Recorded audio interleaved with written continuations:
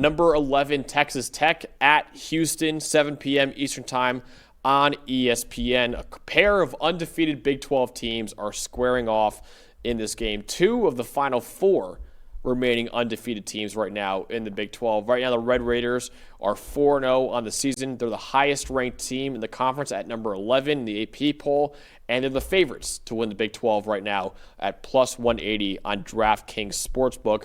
The Cougars are not ranked, but they have a 4-0 record themselves. It's Houston's best start in 9 years, and if they can pull it off this week at home against Texas Tech, they would join the top 25 most likely for the first time since 2022 as well. No, Houston, this is prove it week. You get a shot to prove it at home against a team that a lot think is the best in the Big 12. Houston, look, they're off to a great start. They're putting themselves on track to possibly, obviously, make a bowl game with a 4-0 start. They certainly look better than last year. I don't think there's any question that Houston is much improved from last year. I just think when you're looking at this team now, you go, okay, this is the first big test. All right, Stephen F. Austin, Rice, Colorado, Oregon State. I think I might have said this on the review show too, but that Oregon State game, when they went down 14 with about 12 minutes to go, I'll be honest, it was 1 o'clock in the morning. I went to bed. I thought that game was over, and they came back and scored 17 unanswered on Oregon State. This is the game now where you can't have those sorts of slip-ups, right? I think the Colorado game is the best game that Houston has played this season. I really do. They were really good front to back in that game, but this is the test now. This Texas Tech team, they've proven it. They're really darn good. They've got a little bit of everything. So we'll see if Houston can come out here at home and really put their best foot forward and show us how good they are. In Houston's first 2 years in the Big 12, they had a 4-8 record in both years. Now they're 4-0. They've already matched the win total from their last 2 years in the Big 12 too. So great start for Willie Fritz and the Houston program right now, but like Dalton said, a major test this week against the protection with those 4 guys. And of course, as expected, with all those monsters up front, Texas Tech don't have to blitz for. They got a bottom 20 pass blitz rate, as you might expect, because why would they send any extras when all those monsters up there are winning all the time? This is the big problem. Houston, this is the game to me. They're not great in obvious passing situations anyway. I like the way that Stephon Johnson stepped up last week at wide receiver. Tanner Koziol is an NFL tight end. He's a really good player, but Houston cannot get behind the chains this week. They have to run the football well with Dean Connors and Connor Wigman, because in 3rd and 10 in this matchup with the way they've been pass protecting, well, I'd almost walk off the field. I would almost punt it on 3rd down like they do in Canada.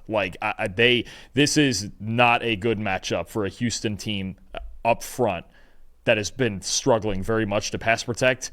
You're getting one of the best in the business with this Texas Tech pass rush. Yeah, it's a big mismatch for them right there. I'm looking at Baron Morton in this game against Houston's zone defense. So Baron Morton got hurt in their last game against number 16 Utah a couple weeks ago due to a concussion. His backup, redshirt freshman Will Hammond, came in and had a 96 PFF grade in the game and led the Red Raiders to a 34-10 road victory over Utah. But now that Morton's clear concussion protocol, head coach Joey McGuire put any quarterback controversy to bed by listing the completion rate against zone coverage is 7th among all quarterbacks in the country too. And Dalton, his passer rating against zone coverage is 149.9. That is tied for the best in America with Fernando Mendoza at Indiana right now. So Baron Morton, great from a clean pocket, and Houston does not have a very good pass rush. And Baron Morton also is elite against zone coverage, and Houston runs exclusively, really, zone coverage too. But I will say Houston has the second best coverage grade in the country right now. It could present some issues for Baron Morton. How about this stat? 7 different defensive backs for Houston who have played at least 60 coverage snaps have at least a 70 coverage grade. They're deep. They are talented. They definitely have some guys, especially at corner. You look at guys like Mark Stampley, Zelmar Vetter, Will James. They've gotten talented guys out there at corner, and this is a defense that Willie Fritz designed it the same way he played it at Tulane. They play from the top down. They keep things in front of them. They make tackles. They allow Carlos Allen and that big defensive line to stop the run. That's going to be a fun matchup to watch, too. Can Houston stop the run and put Baron Morton in bad situations where he does have to throw vertically into the teeth of that zone coverage? I think you're absolutely right. Houston's defense has to keep them in this game, but that's what they've been doing so far. They don't generally give up big shots down the field. If you're going to score on Houston, you're going to earn it 8, 10, 12 plays at a time. Definitely. All right, Dalton, ultimately, who are you taking and two undefeated teams in the Big 12. Will Texas Tech pull it off and show why they're the favorite, or will Houston get a huge upset? I just struggle to see how Houston's going to score.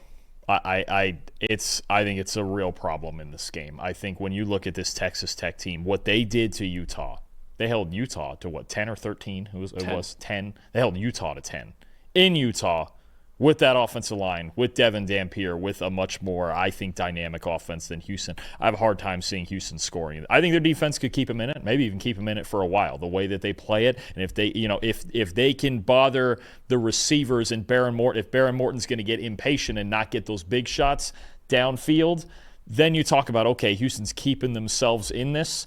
I have this Texas Tech 30-10.